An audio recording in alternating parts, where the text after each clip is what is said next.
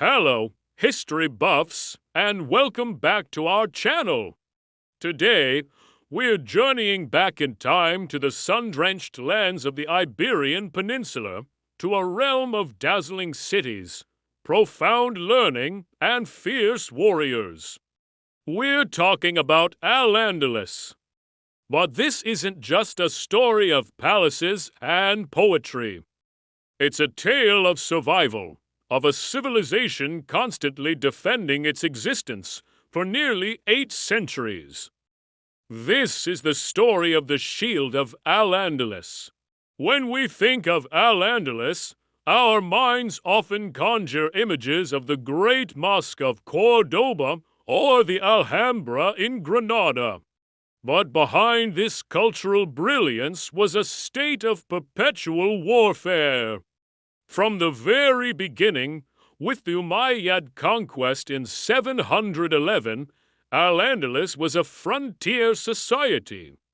Its northern border, the Thagralela asterisk, or the Upper March, was a volatile, ever-shifting line separating the Islamic world from the emerging Christian kingdoms of the north.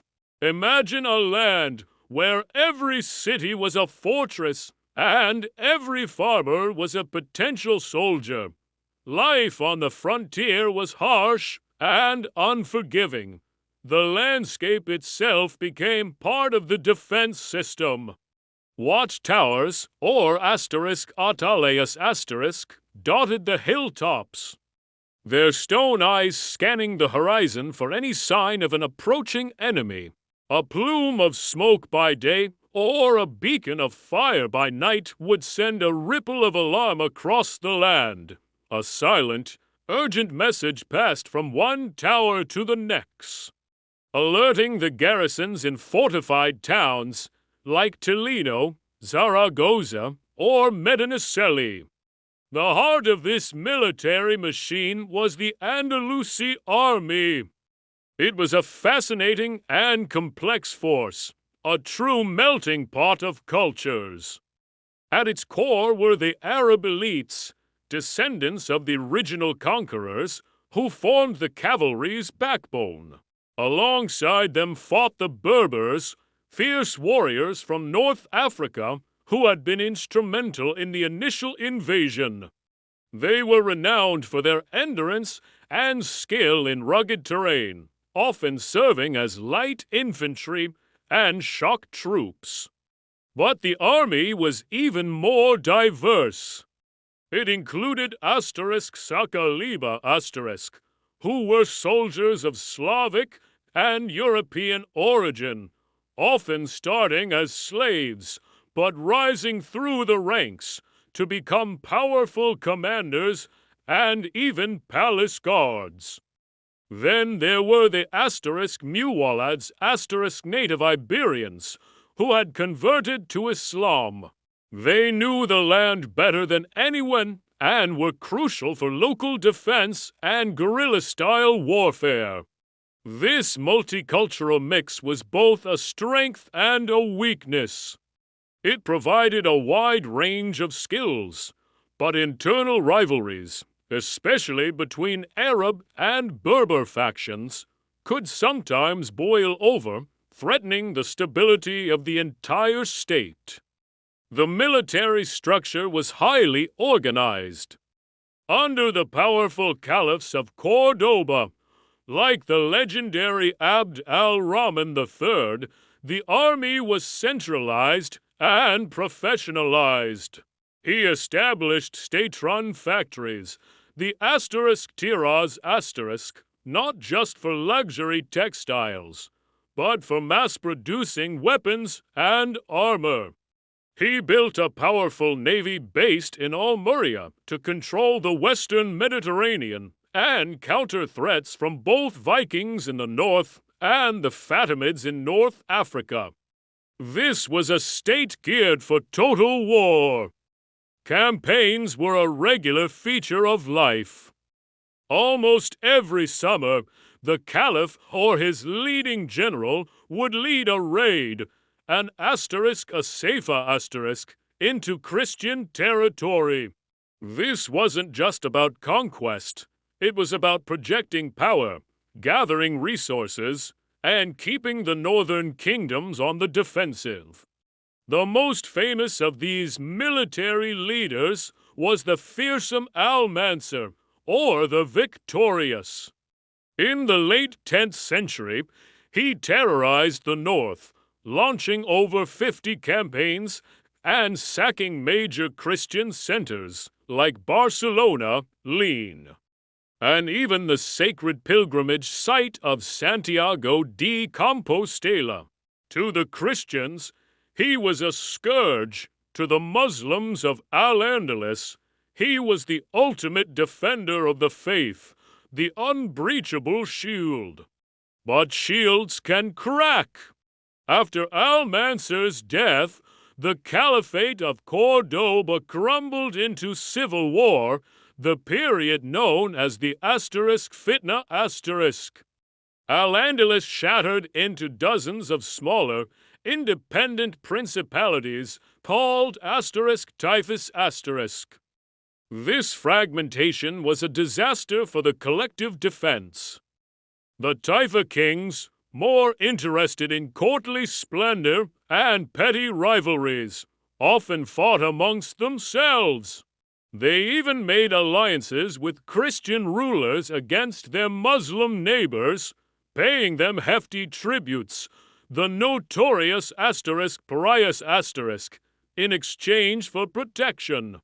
The shield was not just cracked, it was broken into pieces. This weakness invited a new wave of Christian expansion, the Reconquista, which was now gaining serious momentum. Seeing the imminent danger, the Taifa kings made a fateful decision. They called for help from a new, formidable power in North Africa, the Almoravids. These were zealous, fundamentalist Berber warriors who had forged a massive empire. They crossed the Strait of Gibraltar and, in 1086, at the Battle of Sagrias, they crushed the army of Alfonso VI of Castile. The Reconquista was halted for a time. The Almoravids had saved Al-Andalus from the Christians, but they also ended up conquering it for themselves. They saw the Taifa kings as decadent and lax in their faith. They united Al-Andalus once more, imposing a stricter, more austere rule. The shield was reforged, but under a new master. For a while, it worked. The Almoravids were disciplined and effective soldiers. However, their empire was short-lived. A new movement, the Almohads, even more zealous and powerful, rose to challenge them in North Africa. By the mid-12th century, the Almohads had swept aside the Almoravids and taken control of Al-Andalus. They established their capital in Seville and, for a brief period, Andalusi power surged once more. In 1195, at the Battle of Alarcos, the Almohad Caliph inflicted a devastating defeat on the Castilians. It seemed as if the shield was stronger than ever. But this victory created a sense of existential threat among the Christian kingdoms. Spurred on by the Pope, they put aside their rivalries and formed a grand coalition. In 1212, at a place called Las Navas de Tolosa, the combined armies of Castile, Aragon, and Navarre met the Almohad forces. The result was a catastrophic, decisive defeat for the Almohads. It was the beginning of the end. The Battle of Las Navas de Tolosa shattered the Almohad military power in Iberia. In the decades that followed, the floodgates of the Reconquista opened wide. The great cities of Al Andalus fell one by one. Cordoba in 1236, Valencia in 1238, Seville in 1248. The shield that had protected this land for centuries was now utterly broken. Only one small corner of Al Andalus remained, the Emirate of Granada, huddled under the protection of the Sierra Nevada mountains. For another 250 years, this rump state survived through a clever mix of diplomacy, tribute payments, and formidable natural defenses. The Alhambra wasn't just a palace, it was the command center of this last bastion. But Granada's survival was precarious, dependent on the divisions of its enemies and support from North Africa. By the late 15th century, that luck ran out. The marriage of Isabella I of Castile and Ferdinand II of Aragon united the two largest Christian kingdoms. They were determined to complete the Reconquista. They launched a final 10-year war against Granada, a grueling campaign of sieges and attrition. Finally, on January 2, 1492, the last emir, Muhammad XII, known as Abdul, surrendered the keys to the city. The last fragment of the Shield of Al Andalus was laid down. The story of the Shield of Al Andalus is a dramatic epic of resilience, innovation, and eventual decline. It shows how a society's military strength is inextricably linked to its political unity and social cohesion.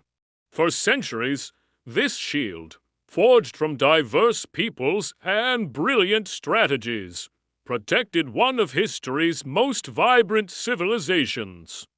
Its eventual failure marked the end of an era, but its legacy in fortifications, in military tactics, and in the very landscape of Spain and Portugal endures to this day. Thanks for joining us on this deep dive into the military history of Al Andalus. If you found this fascinating, make sure to hit that like button and subscribe for more journeys into the past. Let us know in the comments which part of this story you found most compelling. Until next time, stay curious.